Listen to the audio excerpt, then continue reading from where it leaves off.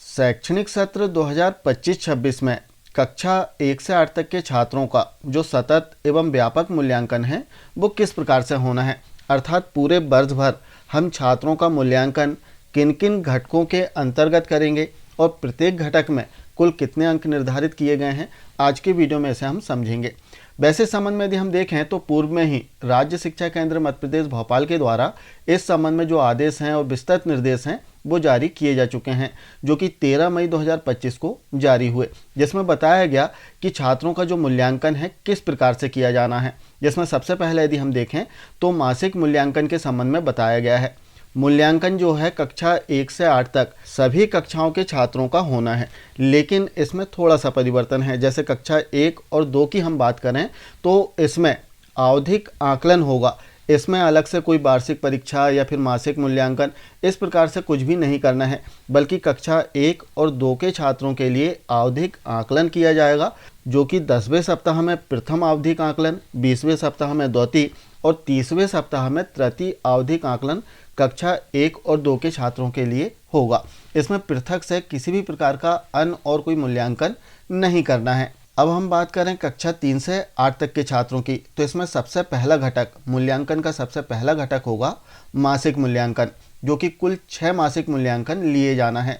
और 6 जो मासिक मूल्यांकन हैं इसके लिए माह निर्धारित कर दिए गए हैं, जो कि माह जुलाई, अगस्त, सितंबर, अक्टूबर, दिसंबर और जनवरी में लिए जाएंगे। और इनके लिए अंकों की यदि हम बात करें तो 10 अंक प्रति माह प्रति विषय के आधार पर आपको मासिक मूल्यांकन लेना है। साथ ही मासिक मूल्यांकन की जो उत्तर पुस्तिकाएं हैं इनकी जांच के संबंध में भी इसमें निर्देश दिए गए हैं कि जब आप उत्तर पुस्तिकाओं की जांच करें तो कॉपी में केवल सही का निशान न लगाएं।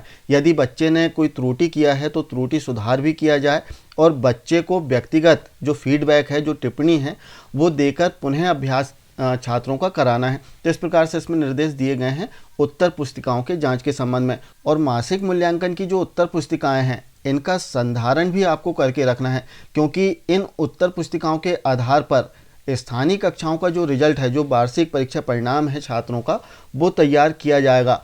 जो मासिक मूल्यांकन के छात्रों के अंक हैं वो फाइनल रिजल्ट, जो वार्षिक परीक्षा परिणाम है, वो तैयार करते समय इसमें अंकित करना होगा। और इस संबंध में यदि हम देखें तो इसमें निर्देश भी दिए गए हैं कि जो स्थानीय कक्षाएं हैं जैसे कक्षा 3, 4 और कक्षा 6 व 7, इन कक्षाओं के छात्रों के मासिक टेस्ट के प्राप्तांकों के आधार पर ग्रेड निकालकर इसकी प्रविष्टि वार्षिक परिणाम अभिलेख पत्रक एवं प्रगति पत्रक में भी की जाए। तो इस प्रकार से जो उत्तर पुस्तिकाएं हैं न केवल इनका संधारण करना है, बल्कि इनके अंकों के आधार पर छात्रों का जो वार्षिक परिणाम है वो तैयार होगा। तो आपको उत्तर पुस्तिकाओं का संधारण कर लेना है। तो इसमें पहला घटक हो गया हमारा मासिक मूल्यांकन, जो कि कक्षा 3 से 8 तक सभी कक्षाओं के छात्रों के लिए होना है, जो कि 6 मासिक मूल्यांकन छात्रों के होंगे।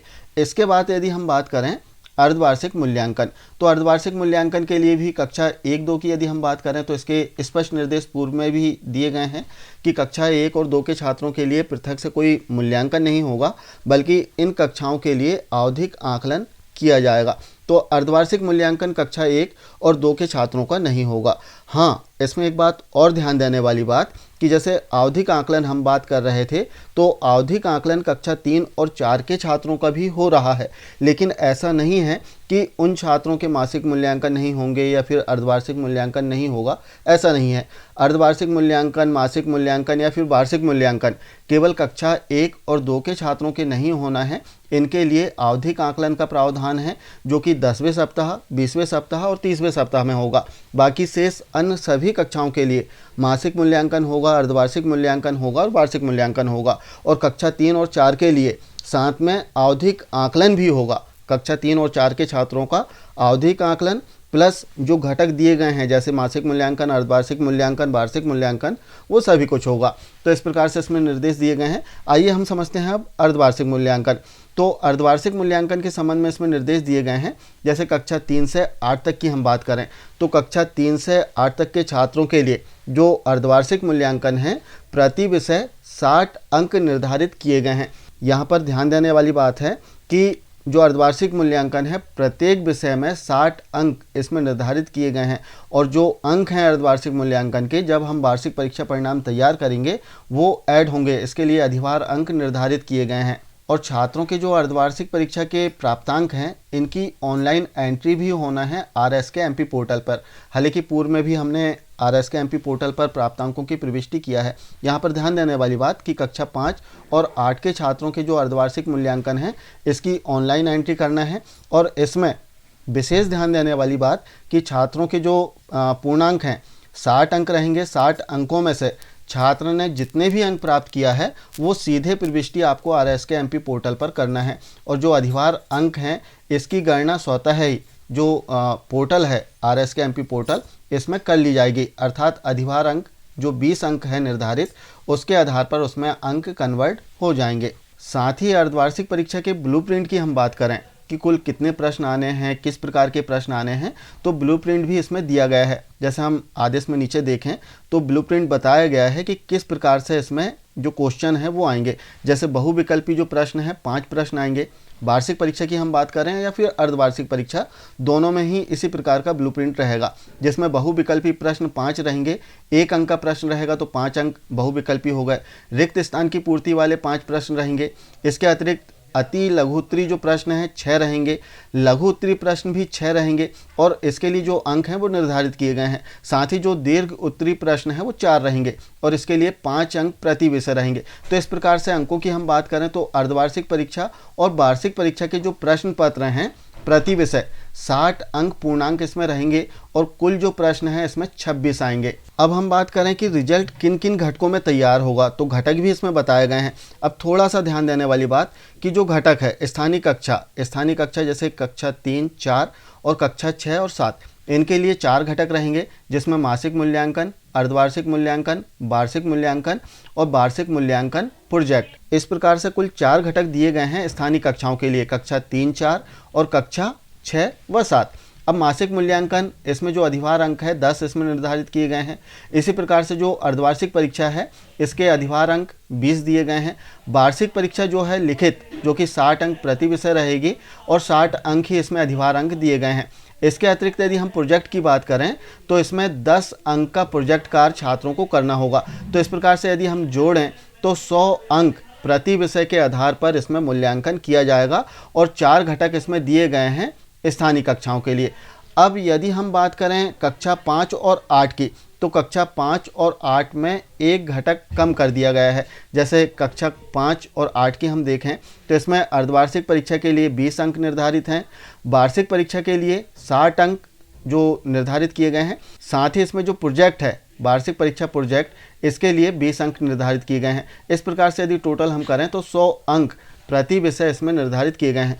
इसमें विशेष जो है कि मासिक मूल्यांकन का घटक जो है इसमें ऐड नहीं किया गया है, लेकिन ऐसा नहीं है कि कक्षा 5 और 8 के छात्रों के लिए मासिक मूल्यांकन नहीं लेना है। उनका मासिक मूल्यांकन होगा, लेकिन वो वार्षिक परीक्षा परिणाम तैयार करने में ऐड नहीं होगा। और सभी कक्षाओं के लिए, कक्षा 3 से 8 की यदि हम बात करें तो सभी कक्षाओं के लिए एक विशेष बात है कि जो लिखित परीक्षा है और जो प्रोजेक्ट कार्य है इसमें आपको पृथक पृथक न्यूनतम 33% प्राप्त करना अनिवार्य होगा, तभी छात्र उत्तीर्ण माना जाएगा। इसमें ऐसा नहीं है कि यदि टोटल करके 33% आ रहा है या फिर 40% भी आ गया टोटल करके प्रोजेक्ट और लिखित परीक्षा को, लेकिन यदि वो लिखित परीक्षा में 33% से कम है, प्रोजेक्ट में अधिक अंक प्राप्त कर लिया और टोटल यदि हम देख रहे हैं तो 33% से अधिक हो गया है, तब ऐसी कंडीशन में भी छात्र अनुत्तीर्ण माना जाएगा। तो पृथक पृथक लिखित परीक्षा और जो प्रोजेक्ट है इसमें अलग अलग 33% न्यूनतम छात्र को प्राप्त करना अनिवार्य होगा कक्षा 3 से 8 के लिए। तो इस प्रकार से हम देखें तो सतत एवं व्यापक मूल्यांकन के लिए छात्रों के मूल्यांकन के संबंध में जो निर्देश हैं वो राज्य शिक्षा केंद्र के द्वारा जारी कर दिए गए हैं। इस आधार पर आपको अपने छात्रों की तैयारी कराना है और जो ऑनलाइन एंट्री है वो भी RSK-MP पोर्टल पर समय समय पर की जाना है, जिसमें मासिक मूल्यांकन की प्रविष्टि होगी, अर्धवार्षिक मूल्यांकन की प्रविष्टि होगी, वार्षिक मूल्यांकन की प्रविष्टि होगी कक्षा 5 और 8 के लिए। तो सभी कुछ निर्देश इसमें दिए गए हैं। अब जो आदेश आप देख रहे हैं, जो निर्देश इसमें दिए गए हैं, इस आदेश को आप डिस्क्रिप्शन बॉक्स से डाउनलोड कर सकते हैं और इसमें जो विस्तृत निर्देश दिए गए हैं इनका अवलोकन कर सकते हैं। इसमें अन्य और भी चीज़ें दी गई हैं जिनके आधार पर आप अपनी शाला के छात्रों की जो तैयारी है वो करा सकते हैं।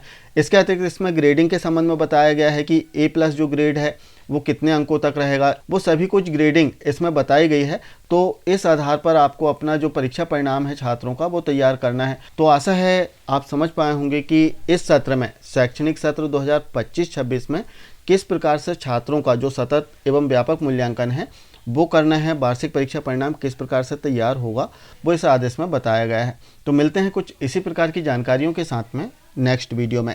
तब तक के लिए जय हिंद।